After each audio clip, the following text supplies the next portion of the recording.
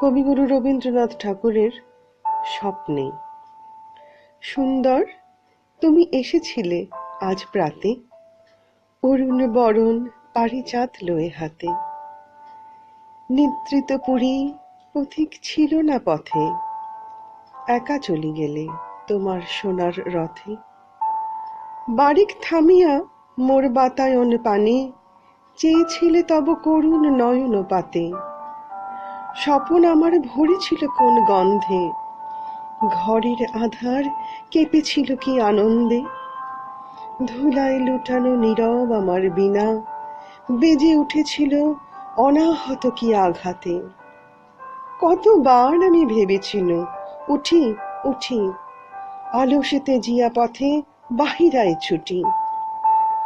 উঠিনু যখন তখন গিয়েছ চলে, দেখা বুঝি আর হলো না তোমার সাথে।